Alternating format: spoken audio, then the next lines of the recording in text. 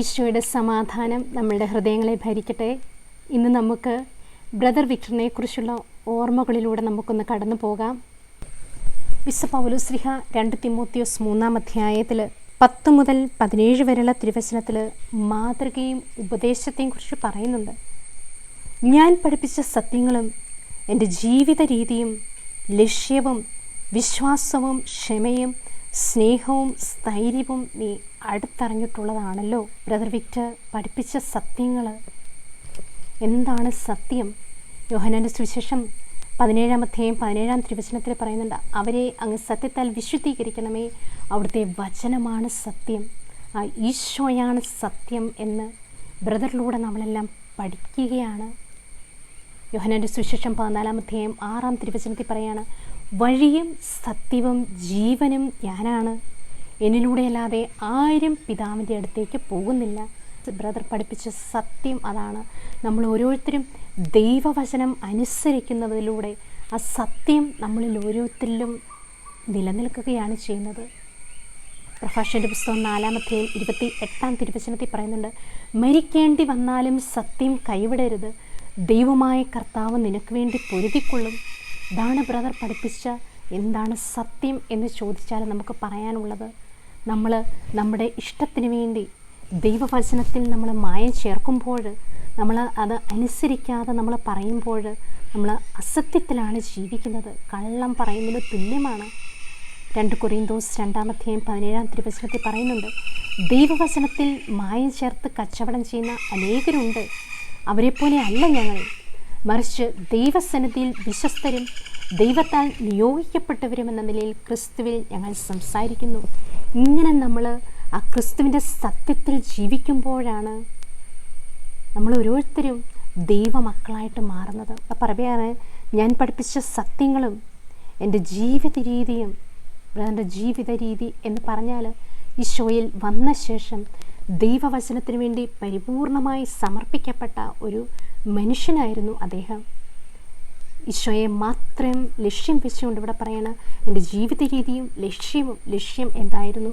സ്വർഗമായിരുന്നു ലക്ഷ്യം, നിത്യജീവനായിരുന്നു ലക്ഷ്യം. യോഹന്നാൻ 17:3 പറയുന്നത് പോലെ, ഏകസത്യതയുമായ അവിടുത്തെയും അങ്ങ് അയച്ച യേശുക്രിസ്തുവിനെയും അറിയുക എന്നതാണ് നിത്യജീവൻ ലക്ഷ്യം. എന്നാൽ ഈശോയായിരുന്നു. വിശുദ്ധ പൗലോസ്ലീഹ ഫിലിപ്പിയർക്ക് ലേഖനം 3-ാം അധ്യായം 12 മുതൽ 21 വരെയുള്ള തിരുവചനത്തിൽ അതിൻ്റെ ഹെഡിങ് തന്നെ ലക്ഷ്യത്തിലേക്കാണ്. ലക്ഷ്യം സ്വർഗമാണ് ലക്ഷ്യം. കാരണം നമ്മുടെ ഓരോരുത്തരുടെയും പൗരത്വം എവിടെയാണ്? വിശുദ്ധ പൗലോസ്ലീഹ പറയുന്നുണ്ട് ഫിലിപ്പിയർ 3:20, നമ്മുടെ പൗരത്വം സ്വർഗത്തിലാണ്. അപ്പം സ്വർഗമാകുന്ന ആ പൗരത്വത്തെ ലക്ഷ്യം വെച്ച് മുന്നേറിയ ഒരു വ്യക്തിത്വമാണ് ബ്രദർ വിക്ടർ. ബ്രദർ എപ്പോഴും പറയുമ്പോൾ നമ്മുടെ വിശ്വാസം വിശുദ്ധ പത്രോസിൻ്റെ വിശ്വാസമായിരിക്കണം. ഈശോ ജീവനുള്ള ദൈവത്തിൻ്റെ പുത്രനായ ക്രിസ്തുവാണെന്നുള്ളൊരു ബോധ്യം നമുക്ക് ഓരോരുത്തർക്കും ഉണ്ടായിരിക്കണം. നമ്മൾ കർത്താവിലേക്ക് വരുന്നത് എന്തിനാണ്? ഈശോ രക്ഷകനാണ്, ഈശോയെ നമ്മളെ രക്ഷിക്കുന്നവനാണ്, നമുക്ക് സൗഖ്യം നൽകുന്നവനാണ്, അത്ഭുതവും അടയാളവും പ്രവർത്തിക്കുന്നവനാണ്. ഇങ്ങനെ ഒരു ലക്ഷ്യത്തോടെ ആയിരിക്കരുത്. ഈശോ ജീവനുള്ള ദൈവത്തിൻ്റെ പുത്രനായ ക്രിസ്തുവാണെന്നുള്ള ആ വിശ്വാസം, വിശുദ്ധ പത്രോസിൻ്റെ വിശ്വാസവും വിശുദ്ധ പൗലോസിൻ്റെ ജ്ഞാനം, എല്ലാവരെയും കടത്തിവെട്ടുന്ന ജ്ഞാനമായിരുന്നു വിശുദ്ധ പൗലോസിന്. അതാണ് വിശുദ്ധ പൗലോസ്ലീഹ ചോദിക്കുന്ന റോമാക്കാർക്ക് ലേഖനത്തിൽ 11-ാം അധ്യായം 33 മുതൽ 35 വരെയുള്ള തിരുവചനത്തിൽ, ആ ദൈവത്തിൻ്റെ സമ്പത്തിൻ്റെയും ജ്ഞാനത്തിൻ്റെയും അറിവിൻ്റെയും ആഴം, അവിടുത്തെ വിധികൾ എത്ര ദുർജ്ഞയം, അവിടുത്തെ മാർഗങ്ങൾ എത്ര ദുർഗ്രഹം, എന്തെന്ന് ദൈവത്തിൻ്റെ മനസ്സറിഞ്ഞവരാരുണ്ട്, അവിടത്തേക്ക് ഉപദേഷ്ടാവായത് ആര്, തിരിച്ചു കിട്ടാനായി അവിടത്തേക്ക് ദാനം നൽകിയവന് ആര്, എല്ലാം അവിടുന്ന് നിന്ന് അവിടുന്ന് വഴി അവിടുന്നിലേക്ക് എന്നേക്കും മഹത്വം ഉണ്ടായിരിക്കരുത്. വിശുദ്ധ പൗലോസ് തൻ്റെ അഗാധ ജ്ഞാനത്തിൽ നിന്നാണ് പറയുന്നത്. കർത്താവിനെ പഠിപ്പിക്കാൻ തക്കവിധം അവിടുത്തെ മനസ്സറിഞ്ഞവർ ആരുണ്ട്? ഞങ്ങളാകട്ടെ ക്രിസ്തുവിൻ്റെ മനസ്സറിയുന്നു എന്ന് പറയാനുള്ള ദൈവിക ജ്ഞാനം വിശുദ്ധ പൗലോസിനുണ്ടായിരുന്നു. ബ്രദർ പറയുമ്പോൾ നമുക്ക് വേണ്ടത് വിശുദ്ധ പത്രോസിൻ്റെ വിശ്വാസം, വിശുദ്ധ പൗലോസിൻ്റെ ജ്ഞാനം, വിശുദ്ധ യോഹന്നാൻ്റെ ദൈവസ്നേഹവും വെളിപാടും. യോഹന്നാൻ സ്നേഹ ദൈവസ്നേഹത്തിൽ പരിപൂർണനായിരുന്നു. അങ്ങനെ യോഹന്നാൻ്റെ സുവിശേഷത്തിൻ്റെ പ്രത്യേകത, നമ്മളത് വായിക്കുമ്പോൾ നമ്മളറിയാതെ തന്നെ ആ ദൈവസ്നേഹത്തിലേക്ക് വരും. ആ ത്രിത്വൈക ദൈവത്തിൻ്റെ ഐക്യത്തിലേക്ക്, ആ ഏകത്വത്തിലേക്ക് നമ്മൾ ഓരോരുത്തരും ഐക്യപ്പെടുകയാണ് ചെയ്യുന്നത്. കാരണം ബ്രദർ അറിയാതെ തന്നെ ഈശോയിൽ വന്ന ശേഷം അദ്ദേഹത്തിന് കർത്താവ് വെളിപ്പെടുത്തിയത് യോഹന്നാൻ്റെ സുവിശേഷം വായിക്കണമെന്നാണ്. 21 അധ്യായം 25 തവണ വായിക്കുന്നത് വഴി നമ്മൾ ആത്മാവിൽ വലിയൊരു അടിസ്ഥാനം ഇടുകയാണ് ചെയ്യുന്നത്. നമ്മുടെ വിശ്വാസം ഉറയ്ക്കുകയാണ് ചെയ്തത്. ആ ദൈവസ്നേഹത്തിലേക്ക് നമ്മൾ ഓരോരുത്തരും കടന്നു വരികയാണ് ചെയ്യുന്നത്. യോഹന്നാൻ്റെ വെളിപാടും യെശയ്യാ പ്രവാചകൻ്റെ ആത്മാവ്, ഈശോയെക്കുറിച്ച് ഏറ്റവും വെളിപ്പെടുത്തുന്ന പ്രവാചകൻ യെശയ്യാ പ്രവാചകനാണ്. യെശയ്യാ 11:2 പറയുന്നുണ്ട്, ജ്ഞാനത്തിൻ്റെയും വിവേകത്തിൻ്റെയും ആത്മാവ്, ഉപദേശത്തിൻ്റെയും ശക്തിയുടെയും ആത്മാവ്, അറിവിൻ്റെയും ദൈവഭക്തിയുടെയും ആത്മാവ്. അപ്പം ഈ ഒരു ആത്മാവിനെ യെശയ്യാ പ്രവാചകൻ ഈശോയെക്കുറിച്ച് ഒത്തിരി പറയുന്നുണ്ട്. ഈശോയുടെ പീഡാസഹനങ്ങൾ മുൻകൂട്ടിൽ കണ്ട പ്രവാചകനാണ് യെശയ്യാ പ്രവാചകന്. എസെക്കിയേൽ പ്രവാചകൻ്റെ ദൈവിക ദർശനങ്ങൾ നമുക്ക് ഉണ്ടായിരിക്കണമെന്നെല്ലാം ബ്രദർ എപ്പോഴും പറയുമായിരുന്നു. ഇതാണ് നമ്മുടെ ഓരോരുത്തരുടെയും ആത്മീയ അടിസ്ഥാനമെന്ന്. വിശ്വാസവും ക്ഷമയും, വിക്ടറിൻ്റെ ക്ഷമയെക്കുറിച്ച് നമ്മളൊന്ന് ധ്യാനിക്കുകയാണെങ്കിൽ, ആ ജീവിതത്തിലൂടെ നമ്മളൊന്ന് കടന്നു പോവുകയാണെങ്കിൽ, ഈശോയിൽ വന്ന ശേഷം പരിപൂർണ ക്ഷമ എന്തെന്ന് പഠിപ്പിച്ചവനാണ്. അദ്ദേഹം പറയുമായിരുന്നു, നമ്മളെപ്പോഴും യെശയ്യാ 53:7 നിന്നു കൊടുക്കണമെന്ന്. കൊല്ലാൻ കൊണ്ടുപോകുന്ന കുഞ്ഞാടിനെ പോലെയും രോമം കത്രിക്കുന്നവരുടെ മുമ്പിൽ നിൽക്കുന്ന ചെമ്മരിയാടിനെ പോലെയും അവൻ മൗനം പാലിച്ചു. ആ ക്ഷമയോടെ നമ്മൾ നിന്നു കൊടുക്കുമ്പോഴാണ് കർത്താവ് പ്രവർത്തിക്കുന്നത്. ഈശോ പിലാത്തോസിൻ്റെ മുമ്പിൽ കൈകെട്ടി നിൽക്കുകയാണ്. ഒന്നും അവിടുന്ന് മിണ്ടുന്നില്ല. സംഗീത പുസ്തകം 12-ാം അധ്യായം 3-ാം തിരുവചനത്തിൽ ബ്രദർ കർത്താവിൽ വന്ന ശേഷം പറയുമായിരുന്നു, ബ്രദറിൻ്റെ ഒരു മധ്യസ്ഥനാണ് മോശ എന്ന്. കാരണം ഭൂമുഖത്തുള്ള എല്ലാ മനുഷ്യരിൽ വെച്ച് സൗമ്യനായിരുന്നു മോശ.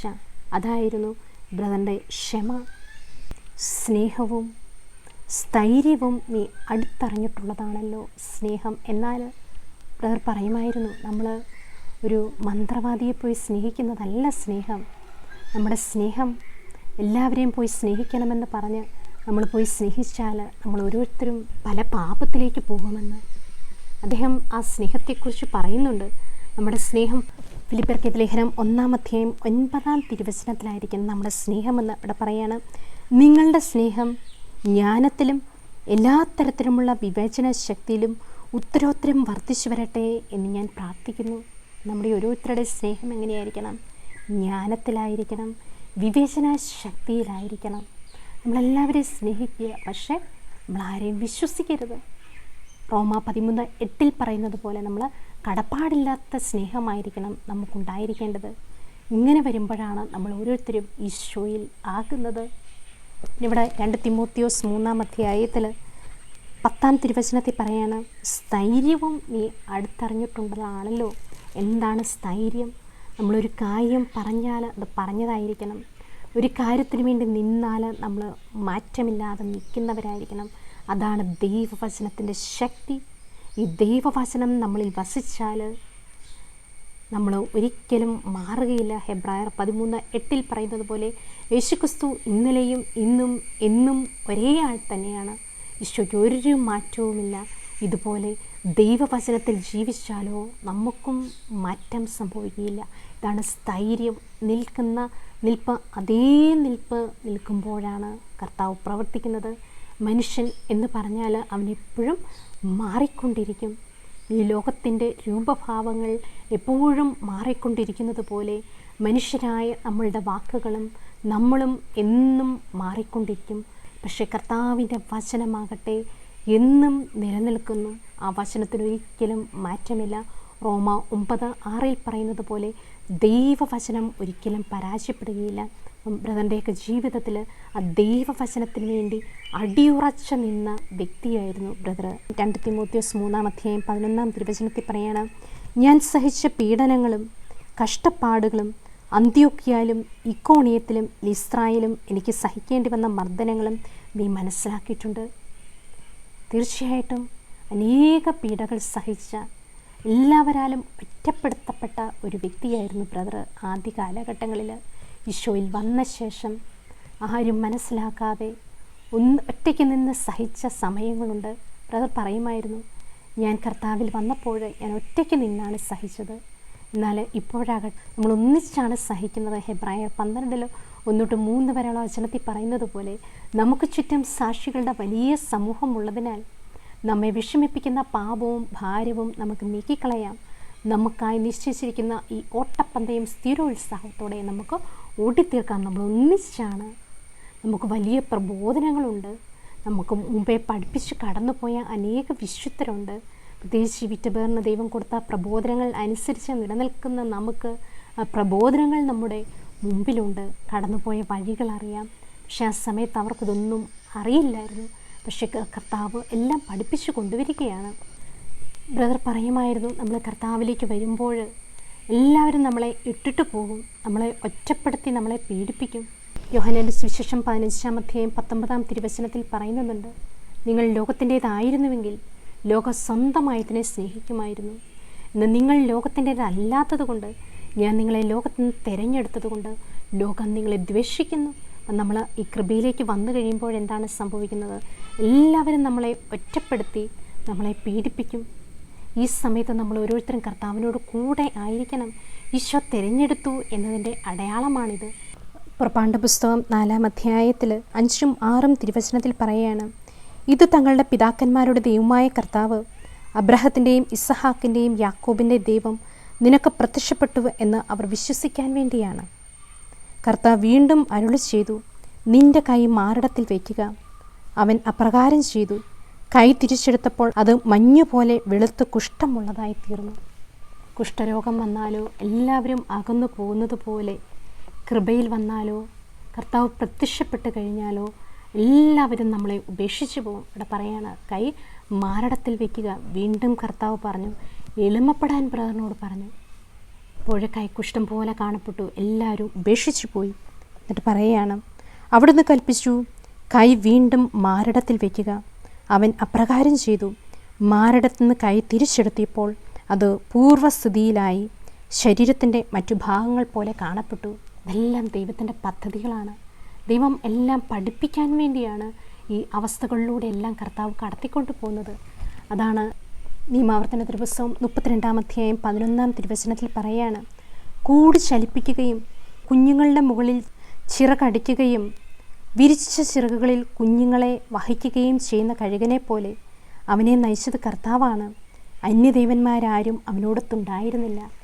കഴുകൻ കുഞ്ഞുങ്ങളെ പരിശീലിപ്പിക്കുന്നത് എങ്ങനെയാണ്? ഏറ്റവും മുകളിൽ ചെന്നിട്ട് കുഞ്ഞുങ്ങളെ ചിറകിൻ്റെ മുകളിൽ കയറ്റി ഇരുത്തിയിട്ട് ചിറകിൽ നിന്ന് കുഞ്ഞുങ്ങളെ പുറത്താക്കുമ്പം കുഞ്ഞുങ്ങൾ ചിറകടിച്ച് പരിശീലിക്കുന്നത് പോലെ വീഴാൻ തുടങ്ങുമ്പോഴേ കഴുകൻ താഴെ വന്ന് നിൽക്കുന്നത് പോലെ തന്നെയാണ് ദൈവം നമ്മളെ ഓരോരുത്തരെയും പരിശീലിപ്പിച്ച്, പ്രത്യേകിച്ച് ഒരു ആത്മീയ ഗുരുവാകാൻ തിരഞ്ഞെടുത്ത ബ്രദറിനെ ദൈവം അനേക കാര്യങ്ങൾ പരിശീലിപ്പിച്ച് പഠിപ്പിച്ച് ദൈവം കൊണ്ടുവരികയാണ് ചെയ്യുന്നത്. എന്തിനു വേണ്ടിയിട്ടാണ്? അനേകരെ കർത്താവിൽ കൊണ്ടുവരുവാൻ വേണ്ടി. വേദനിച്ച് വരുന്ന അനേകർക്ക് ഓരോ കാര്യങ്ങൾ പറഞ്ഞു കൊടുക്കണമെങ്കിൽ ആത്മാവിൻ്റെ അവസ്ഥയിലൂടെ നമ്മളും കടന്നുപോയേ പറ്റൂ. ഇതാണ് ഹെബ്രായർക്കെഴുതിയ ലേഖനത്തിൽ 2-ാം അധ്യായം 17-18 തിരുവചനത്തിൽ പറയുകയാണ്, ജനങ്ങളുടെ പാപങ്ങൾക്ക് പരിഹാരം ചെയ്യുന്നതിന് വേണ്ടി ദൈവീക കാര്യങ്ങളിൽ വിശ്വസ്തനും കരുണയുള്ളവനുമായ പ്രധാന പുരോഹിതനാകാൻ അവൻ എല്ലാ കാര്യങ്ങളിലും തൻ്റെ സഹോദരോട് സദൃശനാകേണ്ടിയിരുന്നു. അവൻ പീഡ സഹിക്കുകയും പരീക്ഷിക്കപ്പെടുകയും ചെയ്തതുകൊണ്ട് പരീക്ഷിക്കപ്പെടുന്നവരെ സഹായിക്കാൻ അവന് സാധിക്കുമല്ലോ.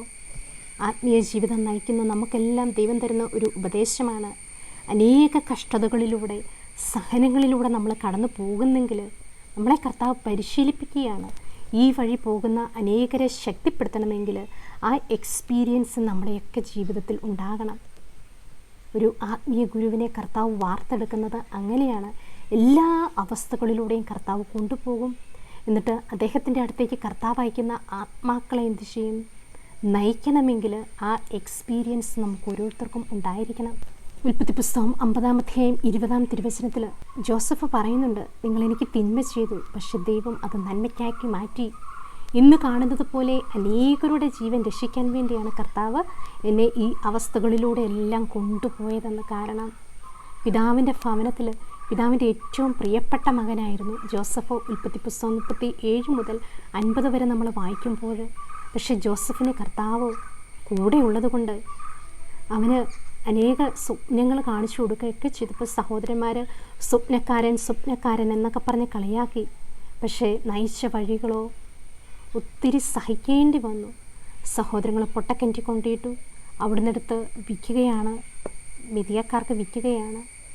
ആ വിറ്റ ശേഷം അവിടുന്ന് അടിമയായി, കാരാഗ്രഹത്തിലായി, അങ്ങനെ പല പല സ്ഥലത്തൂടെ കർത്താവ് നയിക്കുകയാണ്. ഇതെന്തിനാണ്? ഈ അവസ്ഥകളിലൂടെ എല്ലാം കർത്താവ് പഠിപ്പിക്കുകയാണ്. എന്താണ് ദൈവരാജ്യം, ദൈവരാജ്യത്തിലെ രഹസ്യങ്ങളെ. നമ്മൾ ആ തടവറയിൽ കടന്നാലും കർത്താവ് നമ്മളെ ഓർക്കും. ആരാരും അറിയപ്പെടുന്നില്ലെങ്കിലും കർത്താവിനെ വിളിച്ചപേക്ഷിച്ചാൽ കർത്താവ് നമ്മളെ തീർച്ചയായിട്ടും ഓർക്കും എന്നെല്ലാം കർത്താവ് പഠിപ്പിച്ചു കൊണ്ടുവരികയാണ്. ദൈവം സ്നേഹിക്കുന്നവരെ എവിടെയായാലും ദൈവം ഓർമ്മിക്കും, അവർക്ക് വേണ്ട എല്ലാം ദൈവം പ്രദാനം ചെയ്യുമെന്ന് ഒരു പഠിപ്പിച്ച് ദൈവം കൊണ്ടുവരികയാണ്. ദാനിയേൽ പ്രവാചകൻ്റെ പുസ്തകം 13-ാം അധ്യായം 33 മുതൽ 42 വരെയുള്ള തിരുവചനത്തിൽ ദാനിയേൽ പ്രവാചകന് ആ സിംഹക്കുട്ടിയിൽ കിടന്നപ്പോൾ ഹബക്കുക്ക് പ്രവാചകൻ തൻ്റെ ജോലിക്കാർക്ക് ഭക്ഷണവുമായി പോയപ്പോൾ ഹബക്കുക്കിനോട് കർത്താവ് പറയുകയാണ്, നീ ദാനിയേലിന് പോയി ആ ഭക്ഷണം കൊടുക്കാൻ. ഹബക്കുക്ക് പറയുന്നുണ്ട്, കർത്താവേ എനിക്കവിടെ ഒന്നും അറിയില്ല. പക്ഷെ കർത്താവിൻ്റെ ദൂതൻ എന്ത് ചെയ്തു? ആ മുടിക്കുത്തിനെ പിടിച്ച് ആ സിംഹക്കുഴിയുടെ അടുത്ത് കൊണ്ട് നിർത്തുകയാണ് ചെയ്തത്. എന്നിട്ട് ദാനിയേലിനോട് പറയണം, ദാനിയേലേ, നിൻ്റെ ദൈവമായ കർത്താവ് നിന്നെ ഓർക്കുന്നു. ദാനിയേൽ പറയണം, കർത്താവ് നീ എന്നെ ഇത്രമാത്രം സ്നേഹിക്കുന്നുണ്ടെന്ന് ഞാൻ അറിയുന്നില്ല. അങ്ങനെ അനേക കാര്യങ്ങൾ കർത്താവ് പഠിപ്പിച്ചു കൊണ്ടുവരികയാണ്. എന്തിനു വേണ്ടി? അനേകർക്ക് വേണ്ടി. സങ്കീർത്തനം 119 99 100 തിരുവചനത്തിൽ പറയുകയാണ്, എൻ്റെ എല്ലാ ഗുരുക്കന്മാരേക്കാൾ എനിക്ക് അറിവുണ്ട്. എന്തെന്നാൽ അങ്ങയുടെ കൽപ്പനകളെപ്പറ്റി ഞാൻ ധ്യാനിക്കുന്നു. വൃദ്ധരേക്കാൾ എനിക്കറിവുണ്ട്. എന്തെന്നാൽ ഞാൻ അങ്ങയുടെ പ്രമാണങ്ങൾ പാലിക്കുന്നു. നമ്മൾ എല്ലാ ഗുരുക്കന്മാരേക്കാൾ അറിവുള്ളവരായി തീരണമെങ്കിലോ വൃദ്ധരേക്കാൾ അറിവുള്ളവരാകണമെങ്കിലോ കർത്താവിൻ്റെ വചനങ്ങൾ നമ്മൾ പാലിക്കണം. ഈ വചനത്തെക്കുറിച്ച് നമ്മൾ ധ്യാനിക്കണം. ഇങ്ങനെ അനേക രഹസ്യങ്ങൾ കർത്താവ് നമുക്ക് ഓരോരുത്തർക്കും വെളിപ്പെടുത്തും. ഇങ്ങനെ പഠിപ്പിച്ച ഒരു വ്യക്തിയായിരുന്നു ബ്രദർ ജെറമിയ പ്രവാചകൻ്റെ പുസ്തകം 20-ാം അധ്യായം 7-ാം തിരുവചനത്തിൽ പറയാണ്, കർത്താവെ അങ്ങനെ വഞ്ചിച്ചിരിക്കുന്നു, അങ്ങ് വിജയിച്ചിരിക്കുന്നു, ഞാൻ പരാജയപ്പെട്ടിരിക്കുന്നു. അങ്ങനെ കർത്താവ് വഞ്ചിച്ചെടുത്തിട്ട് യോഹന്നാൻ്റെ സുവിശേഷം 6-ാം അധ്യായം 44-ഉം 65-ഉം തിരുവചനത്തിലൂടെ അനേകരെ കർത്താവ് വിളിച്ച് ആകർഷിച്ച് ആ വഞ്ചിച്ചെടുത്ത ആളുടെ അടുത്തേക്ക് ദൈവം അയക്കുകയാണ്. 2 മക്കബെയർ 5-ാം അധ്യായം 19-ാം തിരുവചനത്തിൽ കർത്താവ് വിശുദ്ധ സ്ഥലത്തിനു വേണ്ടി ജനത്തെ തിരഞ്ഞെടുക്കുകയല്ല, ജനത്തിനു വേണ്ടി സ്ഥലം തിരഞ്ഞെടുക്കുകയാണ് ചെയ്യുന്നത്. അങ്ങനെ കർത്താവ് ഈ ദൈവജനത്തിനു വേണ്ടി സ്ഥലത്തെ തിരഞ്ഞെടുത്ത് അനേക കാര്യങ്ങൾ പഠിപ്പിച്ച് ഈശോയിലേക്ക് അനേകരെ നയിക്കുവാനായിട്ട് ഒരു ഉപകരണമാക്കുകയാണ് ചെയ്തത്. അങ്ങനെ അനേകരെ ചേർത്ത് നിർത്തി ദൈവരാജ്യത്തിലെ രഹസ്യങ്ങൾ പഠിപ്പിച്ച് അനേകരെ ശിഷ്യരാക്കി ഈശോയിൽ വളർത്തിക്കൊണ്ടുവരവേ ഈ ലോകത്തോടുള്ള ആസക്തി നിമിത്തം അനേകർ വിട്ടുപോവുകയാണ് ചെയ്തത്. തന്നെ ഉപേക്ഷിച്ചു പോയി, കർത്താവിൻ്റെ വചനത്തെ ഉപേക്ഷിച്ച് പോയതായിട്ട് അദ്ദേഹത്തിൻ്റെ ജീവിതത്തിലൂടെ നമ്മൾ കടന്നു പോകുമ്പോൾ കാണാൻ സാധിക്കുന്നുണ്ട്. വിശുദ്ധ പൗലോസ് 2 തിമോത്തിയോസ് 4-ാം അധ്യായം 9-ഉം 10-ഉം തിരുവചനത്തെ പറയുന്നുണ്ട്, എൻ്റെ അടുത്ത് വേഗം എത്തിച്ചേരാൻ ഉത്സാഹിക്കുക. എന്തെന്നാൽ ഈ ലോകത്തോടുള്ള ആസക്തി മൂലം ദേമാസ് എന്നെ വിട്ട് തെസ്സലോനിക്കായിലേക്ക് പോയി കഴിഞ്ഞു. ക്രസ്കസ് ഗലാത്തിയിലേക്കും തീത്തോസ് ദൽമാത്തിയിലേക്കും പോയി കഴിഞ്ഞു. ലൂക്ക മാത്രമേ എന്നോടുകൂടി അവശേഷിച്ചിട്ടുള്ളൂ. മാർക്കോസിനെയും നീ കൂട്ടിക്കൊണ്ടുവരണം. പറയുകയാണ്, എല്ലാവരും അനേകർ ആ കർത്താവിൻ്റെ കൃപ കിട്ടിക്കഴിഞ്ഞപ്പോഴേ ഉപേക്ഷിച്ച് പോവുകയാണ് ചെയ്തത്. ഈ സമയത്തെല്ലാം ഒറ്റയ്ക്ക് നിന്ന് കർത്താവിൽ ഉറച്ചു നിന്നു. പ്രഭാഷകൻ്റെ പുസ്തകം 48-ാം അധ്യായം 2-ാം തിരുവചനത്തിൽ പറയുന്നത് പോലെ എലിയ പ്രവാചകന് എന്താണ് ചെയ്തത്? അവൻ്റെ തീഷ്ണതയിൽ അനേകരുടെ എണ്ണം ചുരുങ്ങിയതുപോലെ അവസാന സമയമായപ്പോഴേക്കും ബ്രദറിൻ്റെ തീഷ്ണത, ആത്മാക്കൾക്ക് വേണ്ടിയുള്ള ദാഹം, ആത്മീയ ശക്തി ഈ കൂടെ ആർക്കും തന്നെ നിൽക്കാൻ സാധിച്ചില്ല. കാരണം അത്രമാത്രം തീഷ്ണതയും ദൈവത്തിൻ്റെ ശക്തിയും അദ്ദേഹത്തിൽ ഉണ്ടായിരുന്നു. വിറ്റുപറിനെ നമ്മൾ ഓർക്കുമ്പോൾ നമ്മുടെയും ജീവിതത്തിൽ ഈ അവസ്ഥകളിലൂടെ എല്ലാം കടന്നു പോകുന്നുണ്ടായിരിക്കാം. ഇവയെല്ലാം നമുക്കും ഒരു മാതൃകയാകട്ടെ, നമുക്കും ഒരു പഠനമാകട്ടെ. ദൈവം നമ്മളെ ഓരോരുത്തരെയും അനുഗ്രഹിക്കട്ടെ എന്ന് പ്രാർത്ഥിക്കുന്നു.